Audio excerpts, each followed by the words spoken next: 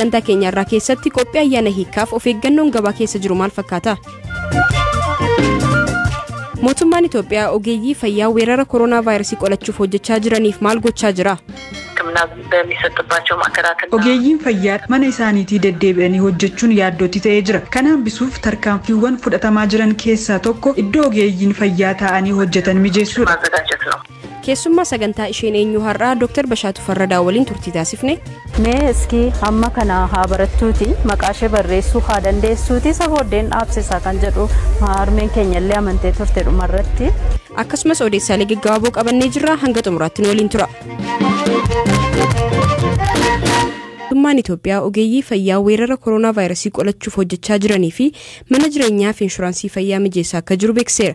Ministeerri fayyaa biyyattii Dr. Liyaa Taaddasaa murtee kanarra kan geenyeef inni ijoon ogeeyyiin fayyaa sodaa fi yaaddoo tokko malee akka tajaajila kennan haala mijeessuufi jedhu.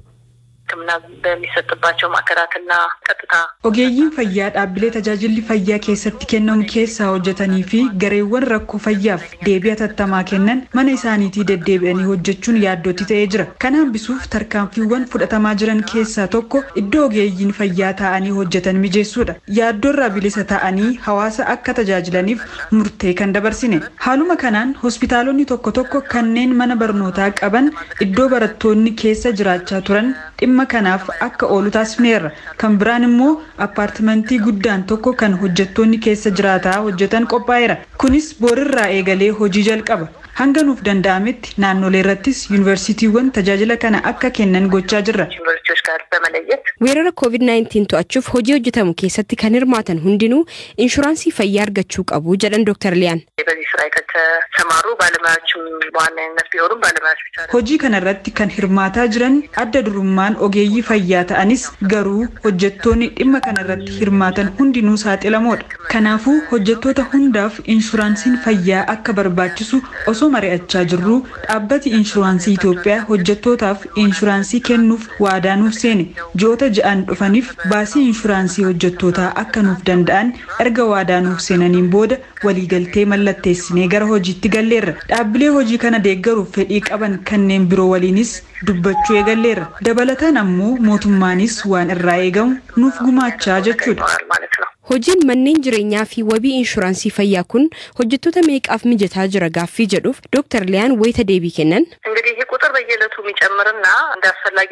Lakkoofsi hojjettootaa yeroodhaa gara yerootti kan dabaludha. Giddugaloonnii fi hojichis akkuma babal'ataa deemu hojjettoonnis ni heddummaatu. Marsaa kanaaf namoota inshuraansii argachuu qaban adda baasaa jirra. Manni jireenyaa garuu namoota 600 danda'utu qophaa'e. Kan qophaa'aa jiranis hedduudha. Yuunivarsiitiiwwanis hojii kana keessatti ni hirmaatu waan ta'eef hojjettoota hedduu keessummeessinaa jennee yaadna. Hojjettoonni tajaajila kana barbaadan kumaatamaan kan lakkaa'amanidha. Erguma hojii kana eegallee haala addaatiin hojjettoonni 3,800 ta'an qacaramaniiru. Manni hundaaf barbaachisu yoo baatellee inshuraansiin garuu hojjetaa hundaaf dirqama. Dhimmi biraan yaaddoo ta'aa jiru immoo dhimma baqattoota Saawudii irraa deebifamaa jiraniiti. Isaan kunneeniifis qabiinsi taasifamaa jiru maal fakkaata kan jedhuuf Dr. Liyaan akkas jedhu.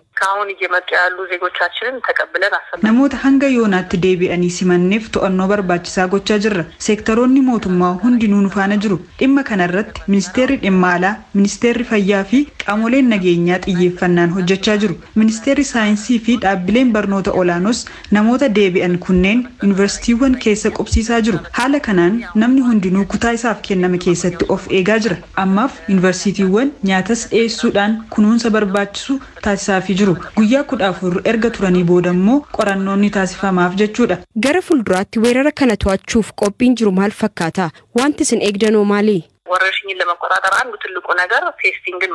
Weerara kana to'achuuf inni ijoon meeshaatti qoratanii fi iddoo turtii heddummeessuudha. Xiyyeeffannoon keenyas kana yeroon jedhu namoota mallattoon irratti argame qofa osoo hin taane manarra deemnee qorachuu qabna. Ammaaf magaalota vaayirasiin keessatti argame Finfinnee, Adaamaa, Baahirdaar, Direedawaa fi Addis Kidaan keessatti xiyyeeffannee hojjechaa jirra. Laaboraatooriin inni Finfinnee qofa ture naannolee irrattis akka jiraatu hojjechaa jirra. Ammaaf naannolee irratti iddoo 5 fi Finfinnee iddoo 3 walumaa galatti 8 tajaajilli laaboraatoorii kennamaa jira. Haala kanaan guyyaatti namoota 4,000 hanga 5,000 qorannoo taasisuuf karoorfannee hojjechaa jirra. Yoos vaayirasichi dhuguma hawaasa keessa faca'ee jira moo hin jiru kan jedhu salphaatti adda baasuuf humna argannaa jechuudha.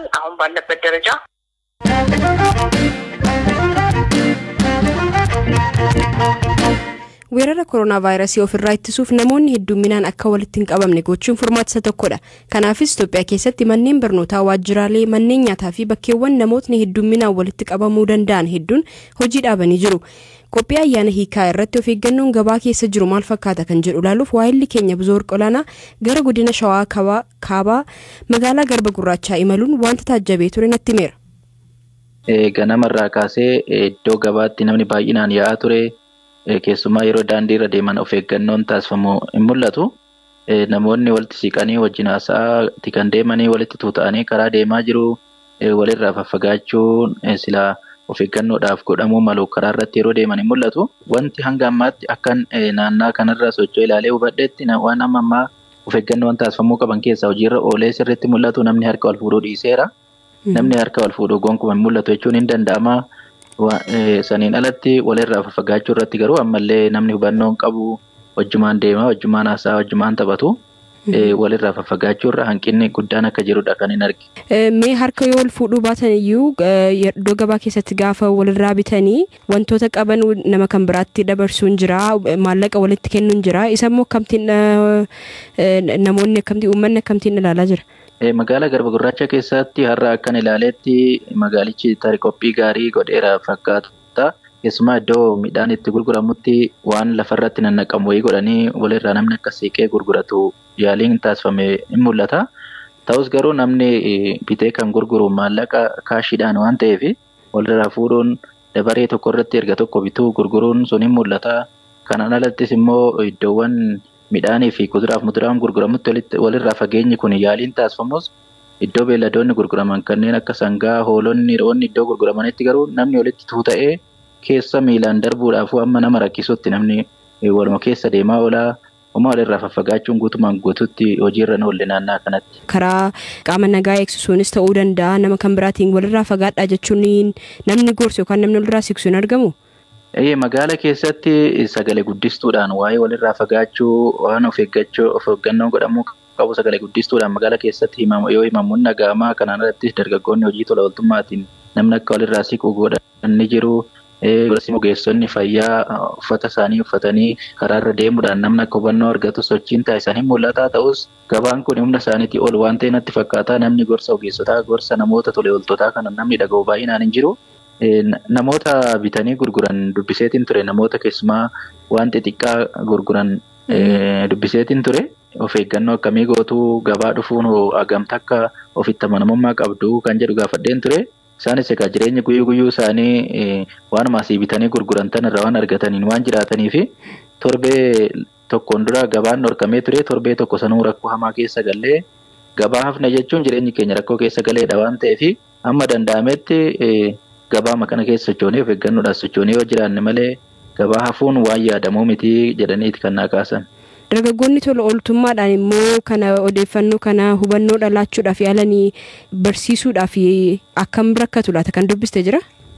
Namoonni ilaalaan ture dargaggoonni yeroo keessa deemanii nama 3 nama 4 ennaa wal bira dhaabbatan walirraa siqaa dhibeen akkanatti isinitti darbaa of eeggannoo godhaa yoo jedhanii namni akka waan isa fayyaduudhaaf itti himamutti waan dhaga'uun fakkaatu. Dargaggoonni kun garuu baay'ee dadhabaa akka jiranii fi namni garuu sadarkaa isaan yaadanitti isaan hubachaa jiru. Yaada isaan kennaniif kanallee baay'inaan fudhachaa jiranii garuu tattaaffii guddaa gochaa jiru dargaggoonni kunneen. Haa ta'u galatoomii Buzee. Galatoom.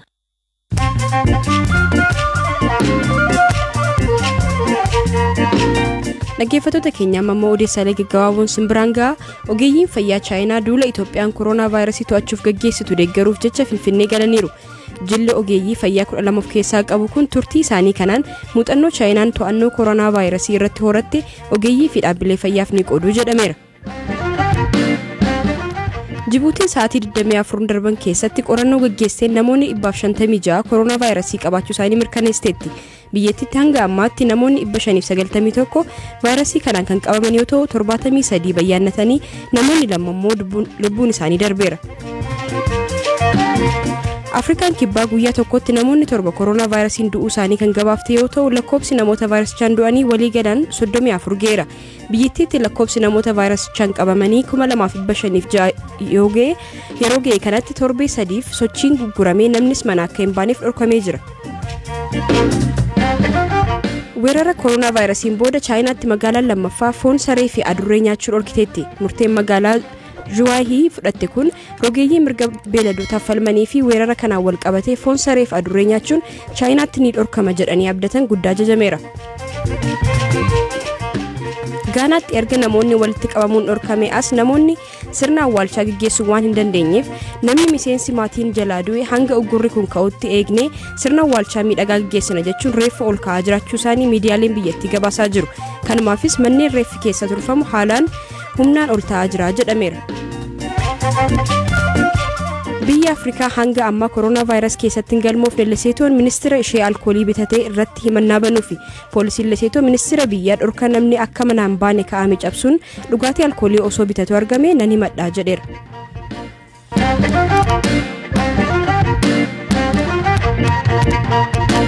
Gabaasa keenya xumuraan Dr. Bashaatuu Farradaa magaalaa Shaambuutti dhalatanii guddatanii amma Yuunivarsiitii Wallaggaatti pirezidaantii ittaantuu ta'uun tajaajilaa jiru. Sadarkaa kanarra ga'uun garuu salphaa kan turre himu. Keessummaan sagantaa ishee eenyu har'aa Dr. Bashaatuu seenaa isaanii nuuf qodaniiru. Harmeen keenya waan isinii kaa'ee deemu barumsa qofaadha. Barattanii nama ta'uu qofaadha. Kanaaf xiyyeeffannaa keessan gama sanatti godhaa kan jedhu irraa jalqabumaa kaastee nutti himti. Kutaa 5 otoo gahiin dura abbeen keenya ijoollummaatti dadhabanii harmee keenya kan nu barsiise abbaa keenya malee ijoollee 7 taanee dhalanne ijoolleen 7 keenya iyyuu mana barumsaa gallee akka barannu fedhii guddaa qabdi. Fedhii ishee irraa kan ka'e barumsatti fufne 7 keenya iyyuu achumatti qotee bulaadha maatiin keenya yeroo jalqabne barumsa baadiyyaadha. Guyyaan hojjetta halkan immoo ibsaan hin jiru qayyabannaa haalli mijataa miti. Dabalataanis akkuma siin kaase abbeen keenya waan hin jirree fi hojii bakkee irratti namni bobba'u hin jiru hundi keenya waan barachaa jirruuf isaaf jecha dhiibbaan baay'een ture harmee keenya irratti. Ijoollee keessaa walakkaa isaanii barumsa dhiisisiiti inni kaan hojii adda addaa hojjetu kan horii tiksuu barbaachisaa kan irratti maaf hin bobbaastu kan jedhu dhiibbaa guddaan ture.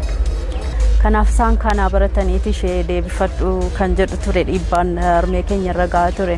Kanaaf mee iski amma kana haa barattuuti maqaa ishee barreessuu haa dandeessuuti isa booddeen dhaabsisaa kan jedhu harmeen keenya illee amantee turte dhumarratti maqaa ishee barreessuu barattee haa deebitu kan hin jedhamee ture. Gaafan tattaaffii guddaa agarsiisaa tokkoffaa bahaa deemu harmeen keenya yaada ishee illee jijjiirti. Waabeen keessa darbe sana gaafa yaadadhu yeroon itti gammadus qaba yeroon itti immoo natti dhaga'amu baay'ee jira. Maaliif tokko rakkina harmeen keenya keessa dabarsitee as ga'uu keenyaaf tattaaffii isheen goote gaafa yaadu nan gammadas natti dhaga'amas. Gufuu baay'eetu jira jireenya keenya keessatti lafa deemnee sumattu gufuu baay'ee jira. Lafa hojii keettis naannoo keessa jiraattus shamarran taatee dhalachuumti kee mataan saayyuu gufuu chaalenjiidha akka biyya keenyaatti wanta haala jirurraa qabatamaa jirurraa. Kanaaf isa keessatti shamarran keenya kaayyoo qabaachuu qabuun jedhan. Kaayyoo qabaannaan gufuun kamiyyuu gufuu ta'es hin guffiisu. Galma geessu beennaan karaa baatu beeknaan galma keenuma geessa. Maaliif galma yoo qabaattee karaarra baatu akkaataatti baatullee itti yaaddee tarkaanfatta waan ta'eef. Egaan dhaggeeffattoota keenya sagantaa keenya kanumaan xumurreerra.